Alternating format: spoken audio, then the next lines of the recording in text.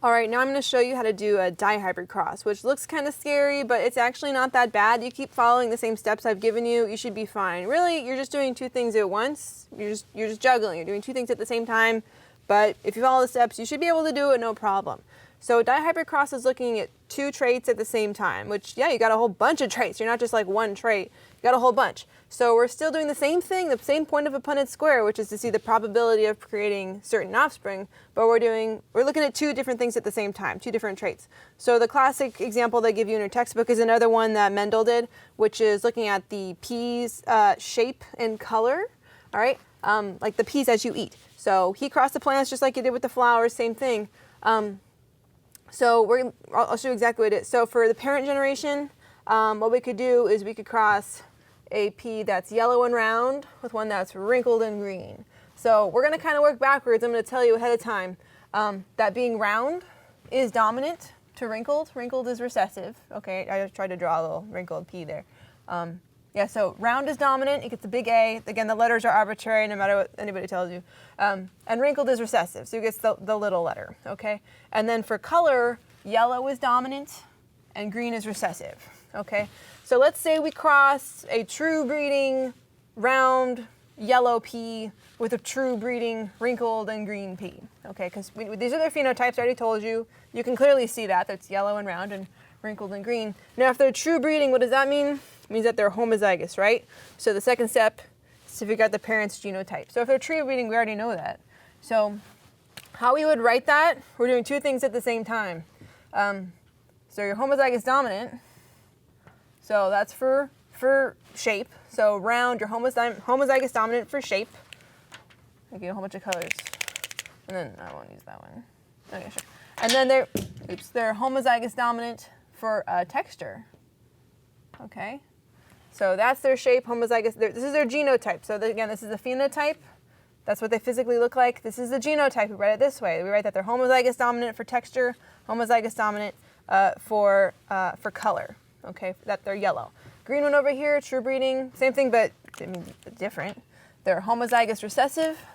Okay, because they're wrinkled. And the only way you can be wrinkled is if you're homozygous recessive. Okay, because you need one dominant allele, at least one or two, to have that dominant phenotype. And they don't have one. They don't have any dominant alleles. They're green. Okay, and then like that. Okay, cool. So we got the parent phenotypes right here. Step 1, step 2, parent genotypes. These ones right here. Step 3 is to make gametes, and I think this is the part that people get like lost on, but it's not that bad. So what I like to do is you're doing two different things at the same time. So let's separate what we're doing. Okay, we're looking at just one gene at a time. So these are your genotypes. And actually, if these particular genes are on different chromosomes, they don't affect one another at all. They line up independently in meiosis, and they don't affect one another. So when this individual makes their gametes, how many alleles do they pass on?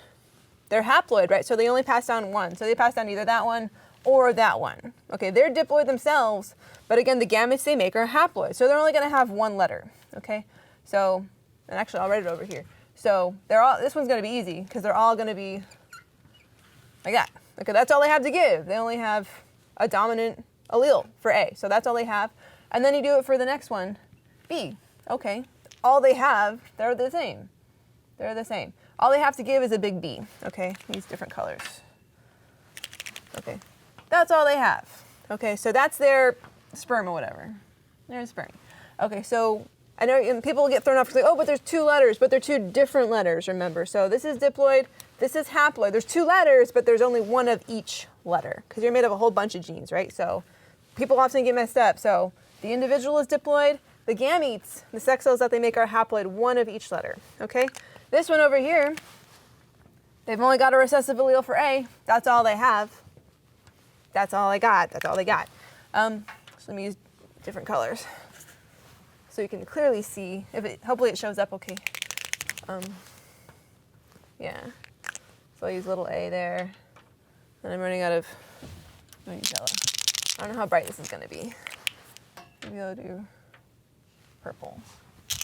We'll see. Okay. Da-da-dun. Oh, so that's the eggs. Okay. So It's the same exact thing as a monohybrid cross. Same exact thing. You're just doing two different things at once. So the point of all this is, again, is to see the possible offspring that can be created. So that's step 4, combine the eggs and sperm. So this egg, I'll bring it all across here. Bring them across. So there's a little A. And let's bring the little B over too. Okay, little B, there you are. So that egg being fertilized by that sperm, bringing them across, so bring this one down. There you go. Bring that sperm down. Okay, this one down here. So we've started, remember we got our haploid gametes, they only got one of each letter. We've made a diploid offspring. Diploid offspring right here. They got 2 of each letter, 2 A's, 2 B's. But what we have here is, what are they gonna look like? They're gonna look like this parent, huh? They're gonna be dominant phenotypes for both traits. They are themselves heterozygous for both. And what are they gonna look like? They're gonna be yellow and round. That's their phenotype. Make sure when you're like taking an exam that you're like answering the right question. So their phenotype is round and yellow, just like that parent. Their genotype is heterozygous for both traits, okay? Now when you see that big scary, 4x4 or Punnett square, that's crossing something like this, okay? So is that clear enough for you? Okay. If we want to cross an F1, an individual that looks like this with another one that also looks like this, it's going to get a little more dicey, but it's the same process. So what I like to do, I like to be very clear, write everything down. I like to separate, those are 2 different genes, they don't affect one another. And then I look at, okay, how many kinds of alleles do we have to give here?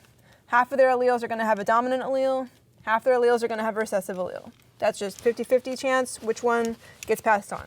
For these ones over here, 50-50 chance, half the gametes are going to have that allele, half the gametes are going to have that allele. And remember from math class, like FOIL, that's how we're going to figure out the different possibilities of creating different kinds of gametes, okay? Let me erase this real quick. Let's cross this heterozygote with another one that's heterozygote for both as well. So making the possible gametes, step 3. So there's going to be actually, based on what we have here, this particular genotype, there's 4 possible kinds of gametes that can be created. So a quarter of the sperm are going to have a dominant A with also a dominant B, okay? A quarter are going to have a dominant A with a little b. I have enough room. Okay. All right, another quarter are going to have a little a with a big B. And another quarter are going to have a little a with a little b. Okay? So of all the sperm that are, I'll make them sperm, all the sperm that are being made, these are 4 possible combinations. For like literally looking at the sperm, like this is what they're going to have. And then we're going to cross them with something that looks exactly like this. What color should I use? Let's pick. So we'll do the same exact thing over here. So a quarter, because we're going to cross one that looks just like this. A quarter are going to have big A, big A, big B, eggs. Another quarter are going to have big A, little b. All right, another quarter, little a, big B. Another quarter, little a, little b. That's just the probability of the kinds of ones that you're making. All right, now we're going to get the big scary 4x4 Punnett square. Okay.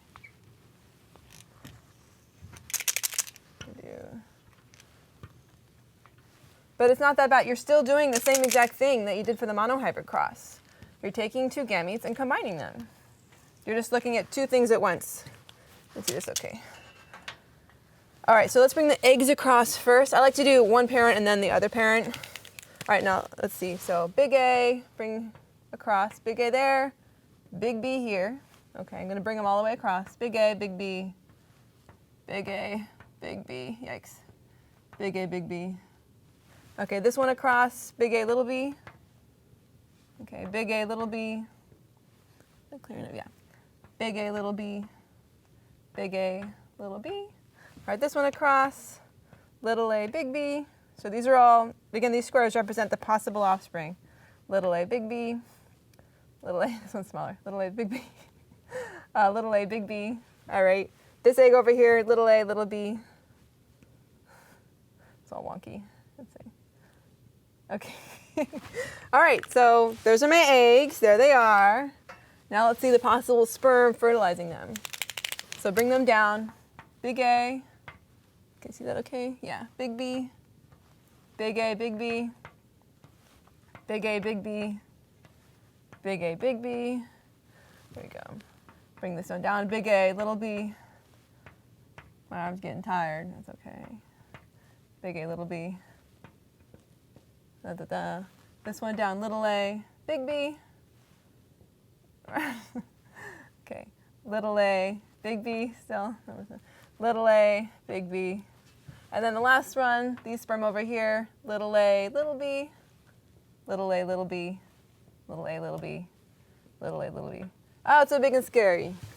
It's better if you could like see like the P's themselves, but that's how you do it. That's how you do the cross. So if I were to draw each P, which you probably don't want to see, actually of these 16 here, 9 are going to have a dominant allele for both A and for B. So this one, all of these, they have at least one dominant allele. They're either homozygous dominant or heterozygous for both texture or shape and color. So it's 4, 5, 7, 8, 9. So those 9, right, have the dominant phenotype for both color and shape. So they all, 9 out of 16, take after this original parent right here.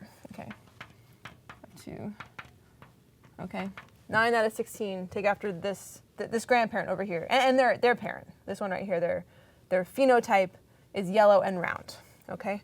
3. Use a different God. 3. So that one, this one, and this one are going to be dominant for shape. They're going to be round, but they're going to be green. Okay, because they got at least one dominant allele for shape, either homozygous dominant or heterozygous, but they're homozygous recessive for color. Okay, so that's 3. Okay. Another 3, these ones, are going to be homozygous recessive for shape, so they're all going to be wrinkled, but they're going to be yellow. It's these ones here. Okay, these 3. That's a 3, believe it or not. 3. So they're wrinkled. Maybe I'll make it wrinkled. Yikes. They're wrinkled but yellow. And then this only one right here. Ta-da. Okay, 1 out of 16 chance of being both green and wrinkled. So they're going to take after this grandparent here. Only 1 in 16 chance of this F2 generation taking after this original grandparent of being homozygous recessive for both traits. Cool. So easy, right?